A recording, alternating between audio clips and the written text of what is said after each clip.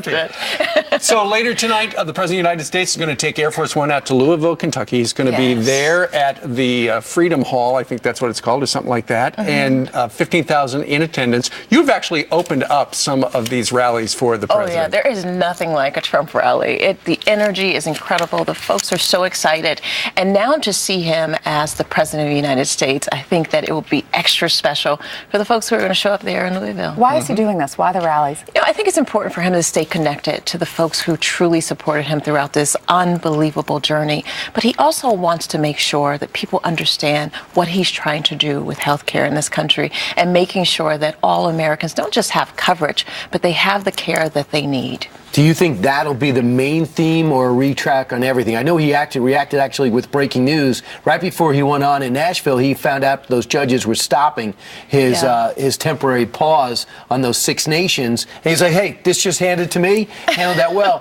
But it didn't seem like he was that focused on health care. It was just a portion of his speech. Is that going to be the main theme of this speech tonight? We spend every waking moment in the White House making sure that Americans who are sick have what they need to be well. He said every waking moment making sure that America is a better place. And so you will see his overall message about budget, about taxes, about getting rid of all these regulations, and yes, about health care. Well, one thing that we do know for sure, 10 o'clock this morning, actually, something that the president's been talking about for a while is this whole Russia thing. There are going to be these Russian hearings with the House Intel Committee. The president has actually been tweeting already this morning. We have 2 new tweets. First up, he tweets, James Clapper and others stated that there is no evidence President of the United States colluded with Russia. This story is fake news and everybody knows it.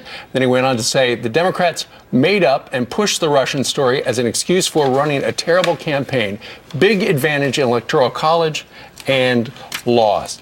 It's interesting because top Democrats have essentially been warning their base not to expect a lot of evidence proving that the Trump people colluded with the Russians. Well, folks at home should ask themselves, if the Democrats didn't have Russia to talk about, what would their message be? And they have squandered an opportunity to reach out to Democrats across this country because they've been so obsessed on this story where there is nothing there. There is no there. And they will see that this morning, which is why they are trying to temper people's expectations. Well, part of that, along with collusion, James Comey's going to be talking about was Trump Tower wiretapped. How often, since the president tweeted that a couple of weeks ago, how fixated has he been in finding out if it's true or not, and how close is he going to be watching today? Well, we're all going to be watching closely. I mean, we've seen enough stories, articles, coverage about the things that have happened throughout this election, and I think it's important for the American people to really watch how this story unfolds this morning, and I think that you'll be a bit surprised. In what way?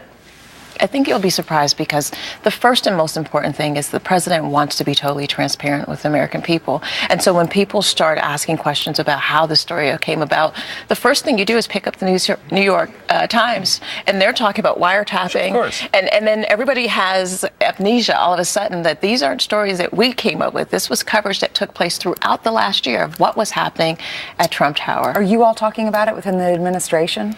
We talk about a lot of things, but the most important focus is how we can make this country great, and not just about policy, but about people. And I think that that gets lost when we're talking about this big picture, that there are literally Americans who are hurting, who are looking for the assistance that they need, and the promises that the president makes every single day, we work on delivering on those promises. Sure, no doubt the Russian thing, where the Democrats and mainstream media have been talking about, have been a distraction, and you explained why that is, because that's really all they got. Yes. But the president made it clear, I think it was a week or two ago, when he was talking with one of the Fox News folks, that he had some, it sounded like evidence that we were going to hear in a week or two.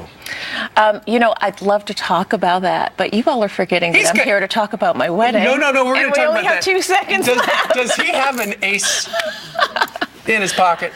Donald Trump is always full of surprises. So is that a yes? I'd say that's a yes. Say yes to the dress. That's right.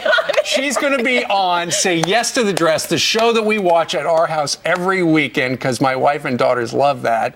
You're actually going to be on it. I'm going to be on April the 8th, and you will see me celebrate my wedding, my marriage to the most amazing man, and to choose a dress from over 30,000 gowns at Kleinfeld's. Okay, here we're looking at a piece of it. Who is that? That's my mommy and 2 of my bridesmaids. Okay, did they get like explosive. Like sometimes I watch it and I'm like, oh my gosh, the mom and the daughter are in tears. One of them's yelling at the other one. Did any of that happen? My mom is she's so gentle and kind and sweet, but the bridesmaids go at it. Really? My mom's like, well, that's my mommy. My mom's like, whatever makes Oni happy, but my bridesmaids, they have strong opinions. Is that the dress you chose? No, you have to watch. You gotta watch. We She's have a clip from this episode. Watch this. Say yes to the dress. Tell me what you love about it. I love, first of all, it fits my shape. Yeah. It like pulls Any you dress. in. It looks like a princess. I love that. It's great for my coloring. It's pink. Yes. It's got bling. Thank you, Jesus. Okay. So it sounds like that is the dress. It's beautiful. Now you know how the episodes are, where you choose all these different dresses, and then you don't know which one. But the one that I chose, I feel so special in, and I cannot wait to Tell us say about I the do. pastor, your Pastor groom. John Allen Newman is the pastor of the sanctuary at Mount Calvary Church in Jacksonville, and he is truly my soulmate, and I am the luckiest woman in the world. That's fantastic. Omarosa, we're really, Steve and I are very disappointed, not Ainsley, that we were not consulted on this, because we are wedding dress experts. Because on The Apprentice, We're wedding crashers. right? We are on The Apprentice. We bought a wedding dress from Geraldo. We did. Remember? Yeah, so we should have been consulted on this before you rushed off to this dress show. Can you believe that we started in 2003, the Apprentice franchise, and fast forward, and now the president. What's is unusual? Donald J. He ended Trump. up president. You end up in the White House. That's so. what I was thinking about when I'm watching them. Like, you're back on TV. How did that feel to be back on TV? A reality How far show. your life has come. It since felt the great. It felt great. Television is a natural home for me, but what I'm doing for this country and serving this great country that's given me so much is an honor. And truly to work with the president is an honor as well.